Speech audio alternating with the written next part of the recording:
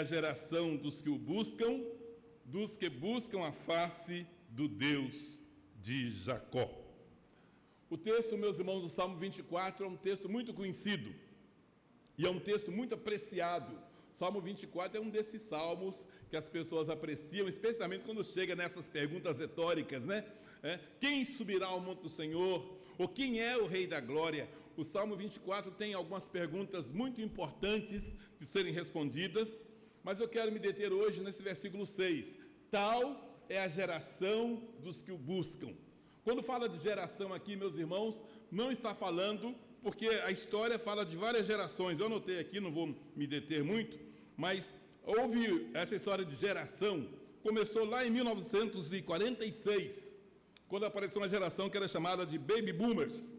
Essa geração é a geração logo depois da Segunda Guerra Mundial, quando os soldados voltavam para casa e eles estavam com muita saudade das esposas e começou a nascer muitas crianças. Então, essa geração de 46 a 64 é chamada de Baby Boom. Depois veio a geração X, 65 a 80. Depois a geração Millennials, ou a geração Y, até 96. Depois a geração Z, até 2012. E agora, até ano passado, era a geração chamada Alfa. Por que geração Alfa? A primeira geração que nasceu inteiramente digital. A geração digital. A geração que a referência para qualquer coisa é digital. Essa geração, ao contrário de nós que somos do século passado, essa geração não conheceu algumas coisas. Por exemplo, a falar de telegrama.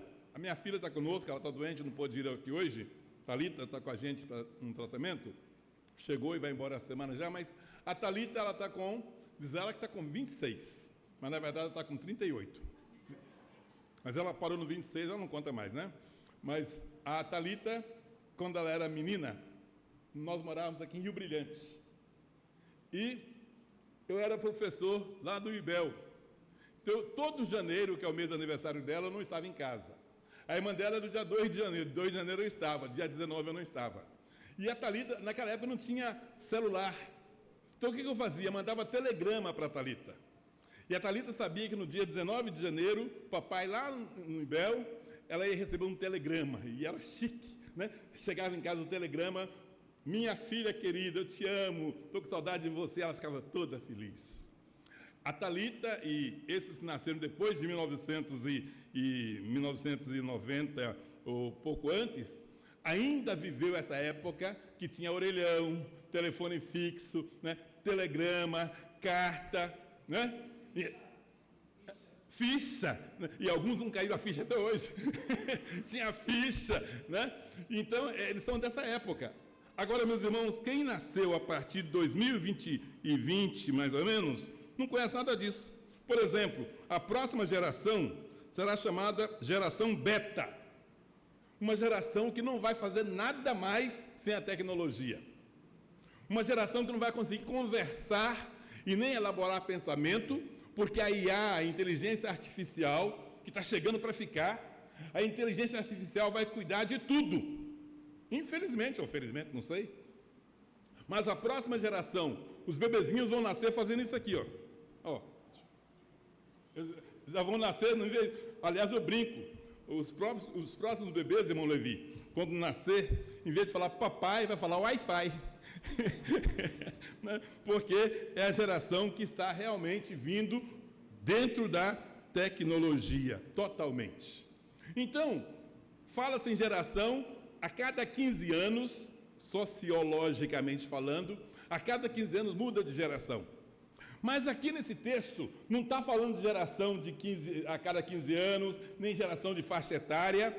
Aqui nesse texto, a palavra geração está se referindo a tipo de pessoas, tipo de crentes.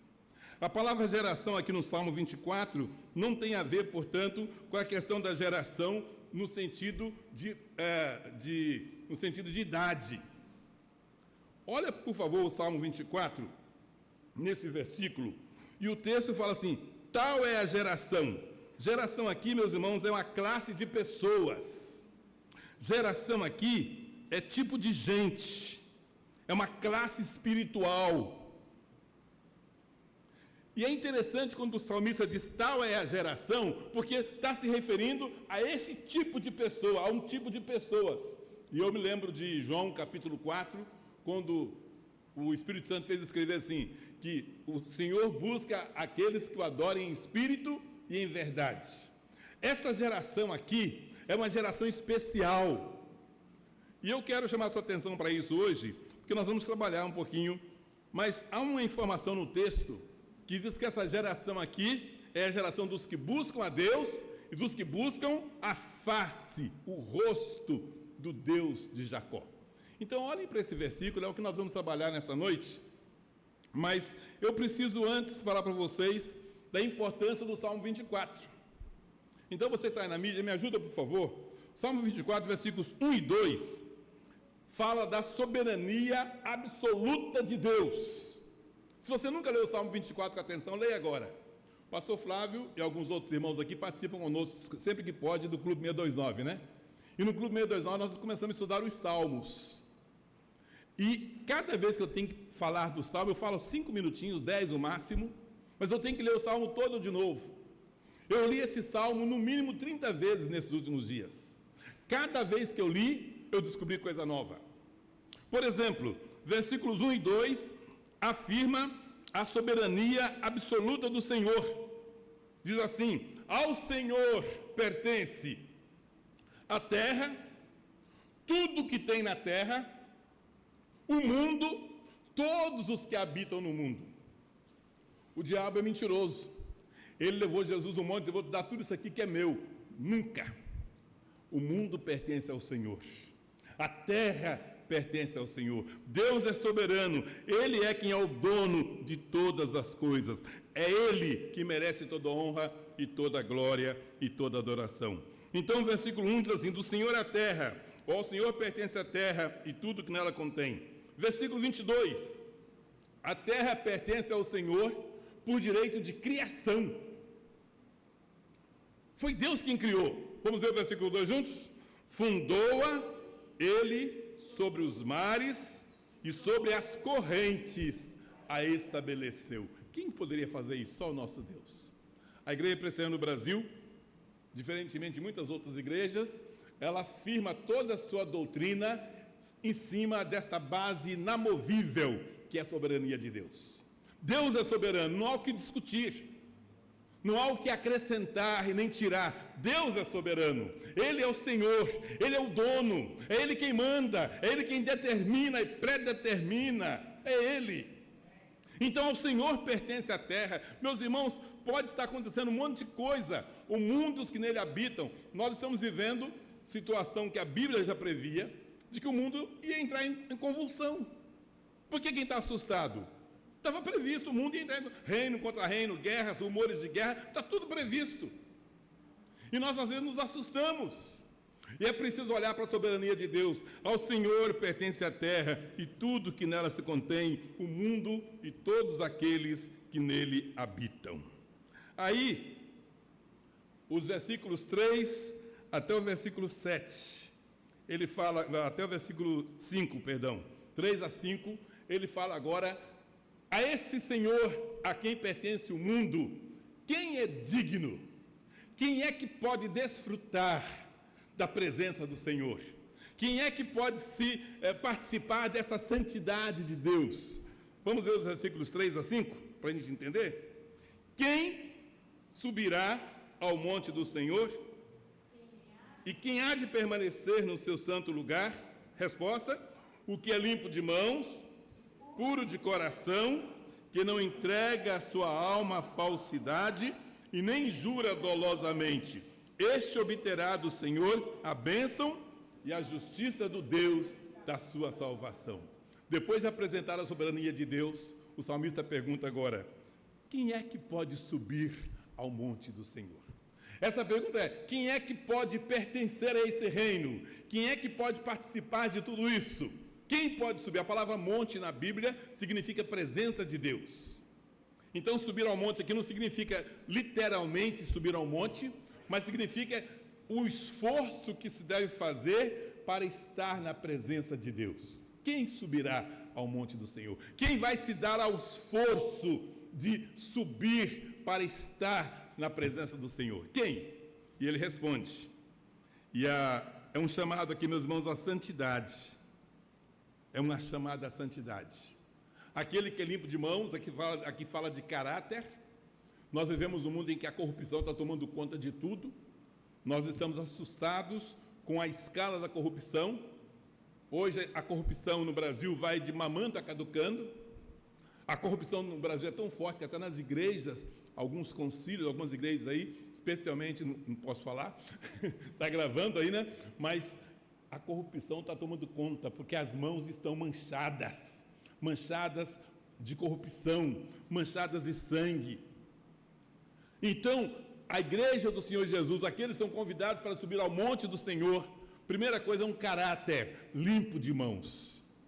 Gosto muito quando o profeta Samuel falou assim, ao entregar o cargo: alguém aqui pode me acusar de corrupção? Alguém pode me acusar de ter desviado? Ninguém pode me acusar. O profeta Samuel disse: eu estou deixando com as minhas mãos limpas. Os filhos dele nem tanto, mas ele estava com as mãos limpas. Irmãos, ser honesto é um dever do cidadão do reino dos céus. Nós nunca podemos concordar com a corrupção, nós nunca podemos praticar a corrupção. O que não é nosso, não é nosso. Nós não podemos abrir mão da honestidade, da sinceridade, porque esse é um requisito para subir ao monte do Senhor. O Senhor não nos aceitará na sua presença se as nossas mãos estiverem manchadas, sujas, impuras. Então a primeira coisa que ele fala é mãos limpas. Mas ele fala também o que é limpo de mãos e puro de coração. A palavra puro de coração se refere à santidade. Refere-se a caráter, o limpo de mãos. Puro de coração refere-se à santidade. Não adianta ser honesto, é preciso ser santo. Para estar no monte do Senhor, é preciso ser santo. Então, quem subirá ao monte do Senhor? Quem é limpo de mãos, puro de coração. Terceira coisa que o versículo fala, que não entrega a alma à falsidade. Aqui, em uma outra versão, fala de vaidade. A vaidade faz com que você queira ser o que você não é, que você pague um preço alto para ter o que você não precisa. A vaidade faz com que as pessoas atuem numa faixa falsa de moralidade. Então, os que não entregam a alma à falsidade, nós não podemos vender a nossa alma, irmãos. O cristão, e guarda o que eu vou lhe dizer, o cristão precisa ser incorruptível. Eu fui secretário de governo da cidade de Nova Andradina, Mato Grosso do Sul. E durante 9 meses, a minha alma sofreu as mais violentas tentações. Para que os projetos chegassem ao prefeito, passavam por mim primeiro. E as pessoas vinham, ofereciam milhões. Diziam assim, olha, e me chamavam de pastor lá, que eu nunca deixei de ser. Pastor, deixa eu falar com o prefeito fulano de tal, porque já é comum, pastor, é normal, de 25% a 30% é entregue para vocês.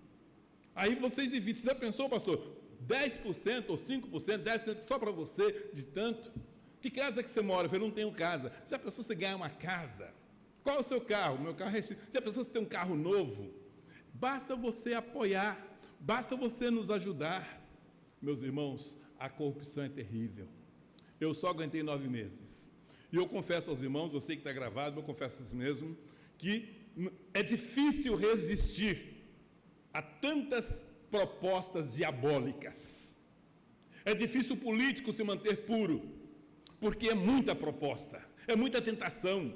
Mas é difícil nos mantermos puros nesse mundo, porque nós somos o tempo todo tentados a fazer coisas que desagradam a Deus. Então, o que é limpo de mãos e puro de coração, que não entrega a alma à vaidade. Muitos líderes cristãos, irmãos, entregaram a sua alma à falsidade, enriquecendo com o dinheiro de Deus, mentindo, comprando mundo e fundo, porque entregaram a alma à vaidade. Que não entrega a sua alma à falsidade e nem jura dolosamente. A palavra dolosamente é com maldade. Tem um crime culposo e tem um crime doloso. O crime culposo aconteceu sem eu querer. O doloso é quando eu premedito. Eu vou fazer isso mesmo. Eu quero isso mesmo. Então, que não entrega a sua alma à falsidade, nem jura dolosamente. Versículo 5 Diz assim: este cidadão do reino dos céus, este obterá do Senhor a bênção. Quem vai obter a bênção do Senhor? O que sobe ao monte do Senhor, o que é limpo de mão, puro de coração, que não entrega a uma falsidade, este obterá do Senhor a bênção. Esse salmo é muito profundo, irmãos. A bênção de Deus, a bênção especial de Deus é para aqueles cidadãos do reino dos céus. Quem subirá ao monte do Senhor? O que é limpo de mãos, puro de coração, que não entrega a uma falsidade, não jura dolosamente, este obterá do Senhor a bênção e a justiça do Deus da sua salvação.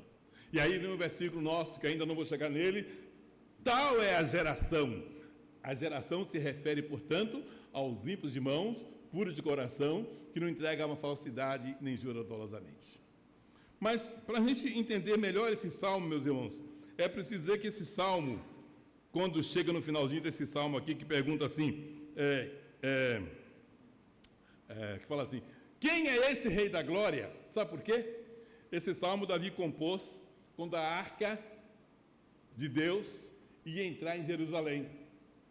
E esta arca de Deus, ela estava na casa de um homem chamado Obed-Edom. Obed-Edom era levita, viu? Obed-Edom, ele era chefe dos porteiros, mas levita também.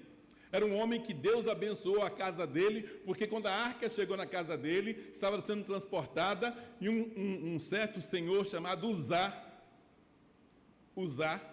Aiô e Uzá usou, trocadilho, Uzá ousou colocar a mão na arca. E o que aconteceu? Ele foi fulminado, porque a arca representava o próprio Deus, era a santidade. Ninguém podia, irreverentemente, de qualquer forma, vou pegar aqui para não cair. Não pode fazer com as coisas. As coisas de Deus não podem ser feitas com relaxamento, de qualquer jeito, é preciso preparação. Aí Davi ficou muito chateado com Deus.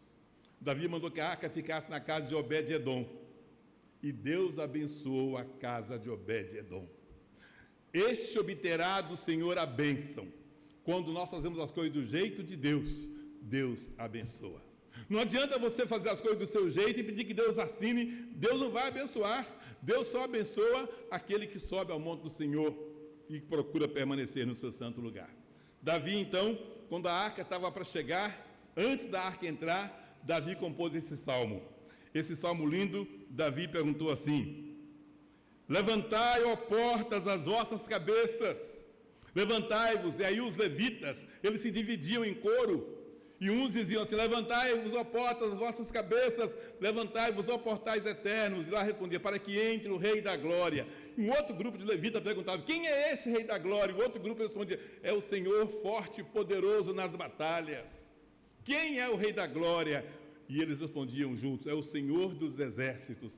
Então, foi nesse momento especial da chegada da arca que Davi compôs esse salmo. Então, esse salmo é maravilhoso, porque ele prenuncia que a entrada da arca do Rei da Glória, a glória de Deus entrando na cidade, e esse salmo ele é messiânico, porque o Rei da Glória é Jesus. Então esse salmo é messiânico, ele aponta para a glória do próprio Cristo, por isso esse salmo é messiânico também. Mas, meus irmãos, voltando agora para o nosso texto básico, e o versículo que eu quero que você guarde no seu coração hoje é: tal é a geração dos que o buscam. Tal é a geração dos que o buscam. Meus irmãos, Deus está buscando adoradores. Aqui entre nós, talvez não todos nós, Deus sabe, mas aqui entre nós, entre os servos, entre a igreja de Deus, Deus está buscando uma geração que o adore. Uma geração que o adore em espírito e em verdade. Uma geração que tenha esse procedimento dos versículos 3 a 5, uma geração que obtém a bênção do Senhor, é a geração que o Senhor está buscando. Deus está procurando verdadeiros adoradores. Deus é espírito, e importa que os que o adoram, o adorem em espírito e em verdade. Então diz o texto que tal é a geração dos que buscam a bênção de Deus. Mas há uma coisa aqui, reverendo Flávio e irmãos, que me chama a atenção. Por que tal é a geração dos que buscam a face do Deus de Jacó? Por que Jacó? Por que não Abraão? que era muito mais santo? Por que não Isaac, que era muito mais santo que Jacó? Jacó, meus irmãos, com todo respeito à ausência dele, Jacó, o nome Jacó significa trapaceiro. Jacó, ele nasceu pegando no pé do irmão dele. Jacó era um cara não confiável. Mas, meus irmãos, Deus usa gente imperfeita. Dos 3 patriarcas, a promessa de Deus se cumpriu na vida de Jacó. E algumas experiências que eu quero mencionar de Jacó. Por que é buscar a face do Deus de Jacó? Jacó tem 2 coisas interessantes que a Bíblia tem razão em dizer, buscar a face do Deus de Jacó. Primeira experiência, Jacó estava saindo de casa. Jacó havia enganado o pai, enganado o irmão, e com a cumplicidade da mãe dele, ele estava saindo de casa. Ele nunca tinha saído de casa. E ele pegou a trouxinha dele, botou na ponta da vara e foi andando. Aí anoiteceu, ele estava num lugar bem aberto, um lugar que chamava Luz. Lembra dessa história? Gênesis 28. Então Jacó pegou uma pedra e a fez de travesseiro. Ele que dormia na cama quentinha, nos lençóis branquinhos da dona Sapeca, dona Rebeca, agora ele tinha que dormir no relento, com a pedra debaixo da cabeça. E ele sonhou. Diz o texto, perto dele estava o Senhor, uma escada. Anjos de Deus subiam e desciam por aquela escada. E perto dele estava o Senhor. E o texto diz, acordando, pois, Jacó do seu sono, disse, na verdade, o Senhor está neste lugar. E eu não sabia, quão temível é este lugar, é a casa de Deus, é a porta dos céus. Jacó teve a sua primeira experiência com Deus de Isaac, seu pai, com Deus de Abraão, seu pai, e essa experiência iria acompanhá-lo o resto da vida. Se você puder ler o texto depois de Gênesis 28, Deus falou para ele, Deus se apresentou para ele, muito prazer, Jacó, eu sou o Deus de Abraão e de Isaac, muito prazer. E Jacó, apesar de você, eu vou te acompanhar em toda a sua jornada. Apesar de você, Jacó, eu vou fazer com que você seja bem-sucedido em toda a sua jornada. E Jacó então vai, Jacó era um espertalhão, havia enganado o irmão e o pai, mas todo espertalhão acha outro mais espertalhão do que ele, e ele encontrou Labão. Labão não era fácil não, viu, irmãos? O Labão abusou de Jacó, Jacó se apaixonou pela Raquel, e Labão deu quem? A Lia. Jacó trabalhou 7 anos por Raquel, recebeu a Lia. Depois trabalhou mais 7 anos pela Lia, ou para pagar Raquel de novo. E depois ele trabalhou mais 6 anos, e o Labão ficou rico. E o Labão estava enganando Jacó. Aí Deus deu para Jacó uma estratégia, porque Deus prometeu que estaria com ele. Eu nunca entendi aquela história das varas, as vacas, enfim, nunca entendi aquela história. Mas Deus prometeu, eu vou estar com você. O lugar que antes chamava Luz passou a chamar Betel, casa de Deus, encontro com Deus. Deus prometeu. Então buscar a face do Deus de Jacó, irmãos, faz sentido. É buscar a face do Deus que promete andar conosco, promete estar conosco, promete nos orientar, promete nos fazer ter vitórias em meio às lutas. A face do Deus de Jacó é que faz com que esta congregação caminhe para ser igreja vitoriosa. É a face do Deus de Jacó, o Deus de Jacó que nos acompanha na nossa jornada. Faz muito sentido.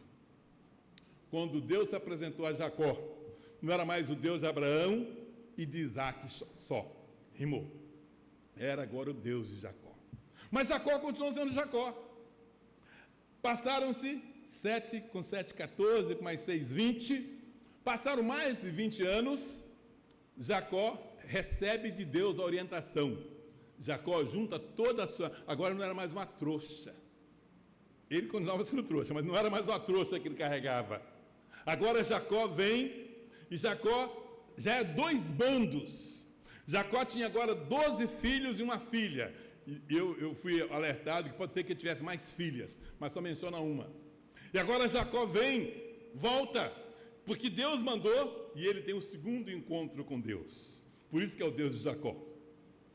No primeiro encontro, Deus falou, eu sou com você por onde você for. Eu vou te abençoar na sua jornada. Jacó, portanto, era um homem que tinha a sua vida guiada por Deus. Tal é a geração dos que buscam a face do Deus de Jacó. Mas o segundo encontro é mais importante. Quando Jacó sabe que o seu irmão Esaú, que ele havia enganado há 25 anos atrás, quando ele sabe que o irmão dele está vindo com 400 soldados, 400 mercenários, Jacó morre de medo, e Jacó, quando chega perto do val de Jaboque, Jacó diz assim: passa todo mundo, vai todo mundo, você é líder aqui, você é líder aqui, se Jacó matar esse bando, o outro foge, vai. Então ele organizou tudo e ficou para trás. E a noite chegou, e Jacó, atravessando o val de Jaboque, e de repente cai do céu um anjo, um homem, a Bíblia fala que é um homem, mas é anjo. E esse homem começa a lutar com Jacó, e dá murro daqui, dá murro dali, aperta, e Jacó, forte, Jacó luta com o anjo, Jacó luta, e a luta não dá empate, 0-0, ou 1-1, não sei, ou 10-10, e aí a coisa não define, até que vai amanhecendo o dia, e o anjo fala: deixa eu ir, eu preciso ir embora. E Jacó fala: você não vai não, você só vai embora se você me abençoar. E agora Jacó é abençoado naquele lugar. E o nome de Jacó é mudado. Em vez de Jacó o trapaceiro, Jacó o enrolado, Jacó o ludibriado e ludibriador, agora ele passa a ser Israel. Isso está no Gênesis 32, tá? Ele passa a ser agora Israel. Seu nome agora é Israel, porque como príncipe lutaste com Deus e com os homens e prevaleceste. E agora Jacó não era mais, o anjo toca na coxa de Jacó, na articulação da coxa, e Jacó começa a mancar. E aí Jacó deixa de ser Jacó e passa a ser Israel.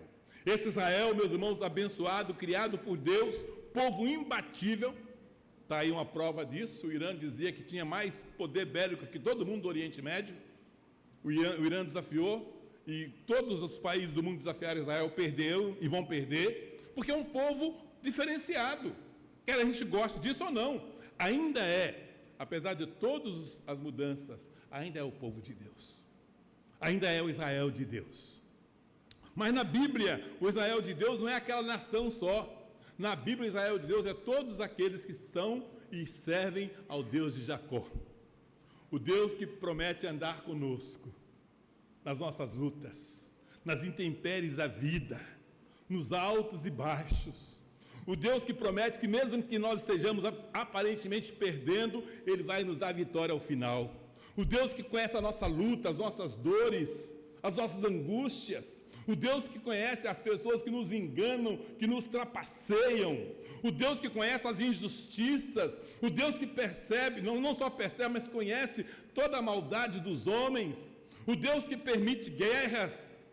Ele promete estar conosco. E Ele caminha conosco.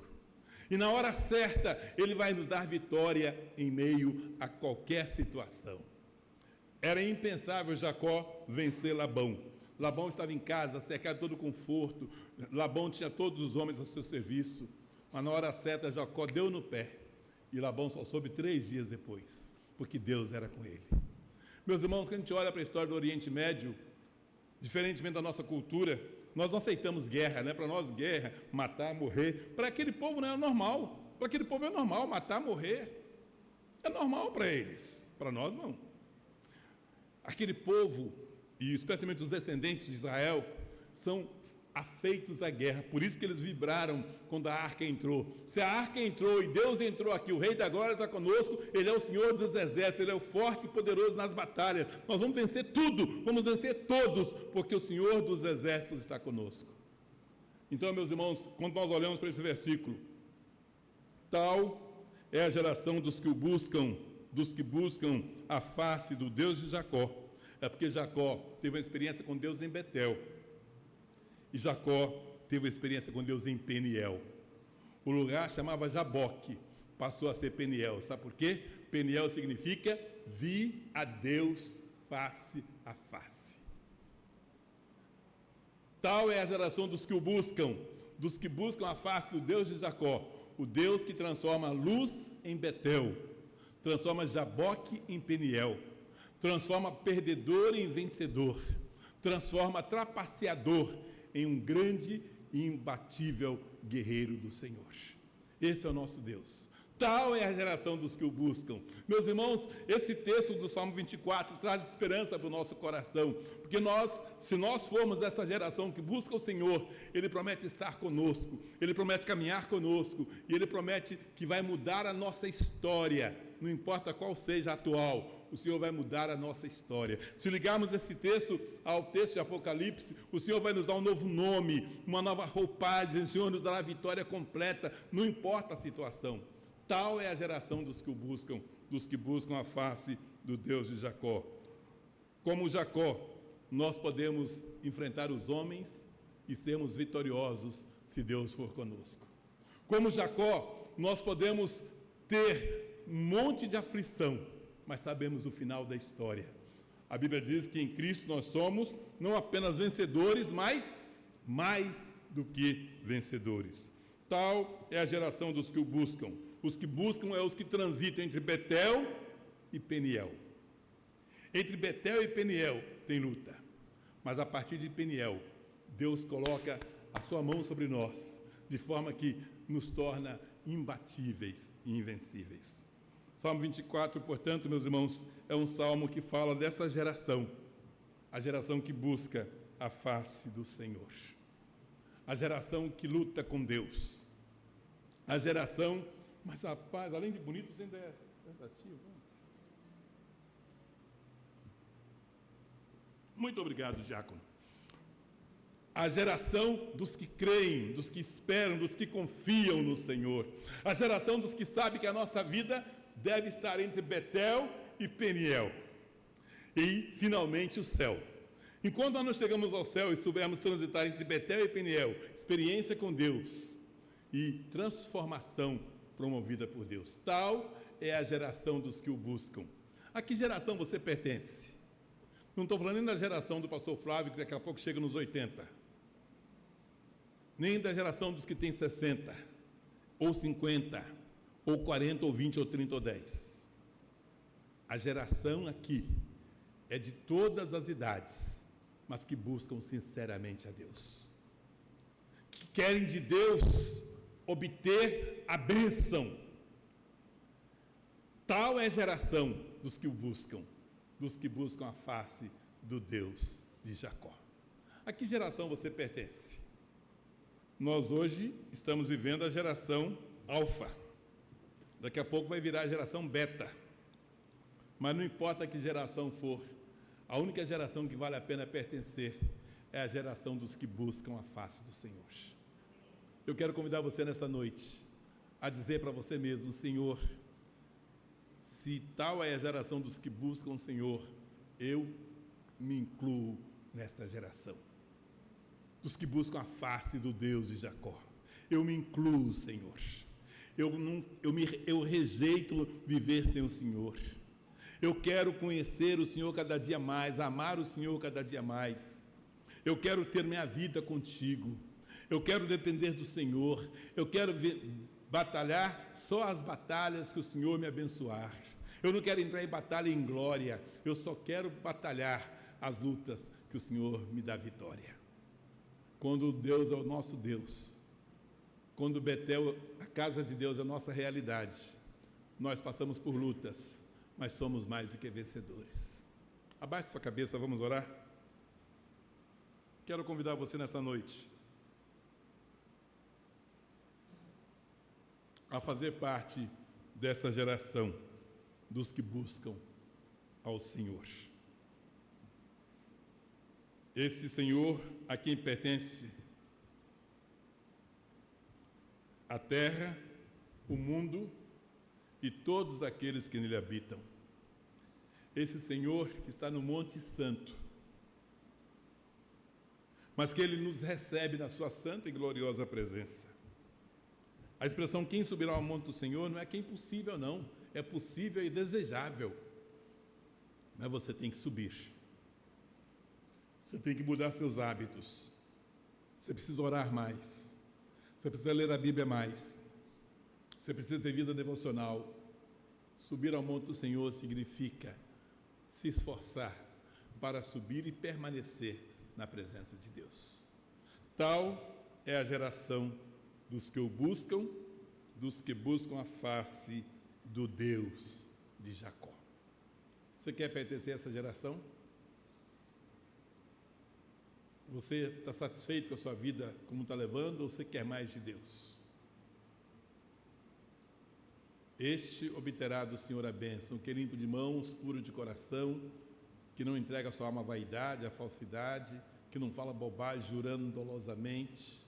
Este obterá do Senhor a bênção. Você quer receber a bênção do Senhor? Ore ao Senhor nesse momento. Consagre ao Senhor a sua vida. Consagre ao Senhor o seu coração.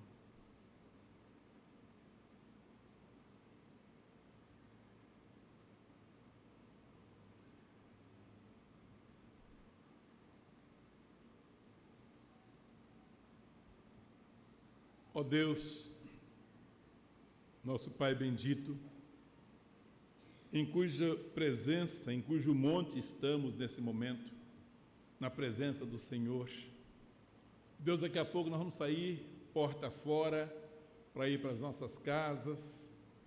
Amanhã de manhã nos espera as contas do mês de março, as lutas, o dia a dia, a batalha, a sobrevivência. Amanhã nos espera o trânsito, nos espera, a gente não sabe, mas pode ser que tenha lutas. Mas nós queremos continuar e permanecer, não só subir ao monte do Senhor, mas permanecer no santo lugar. Queremos permanecer na Tua presença, Senhor. Não queremos sair do sério, não queremos descer, ó Deus, ao ponto do nível dos inimigos. Queremos ser, ó Deus, alguém que está, que vive no monte santo do Senhor. Ó Deus, que nossas mãos sejam limpas, nosso coração seja puro, Senhor.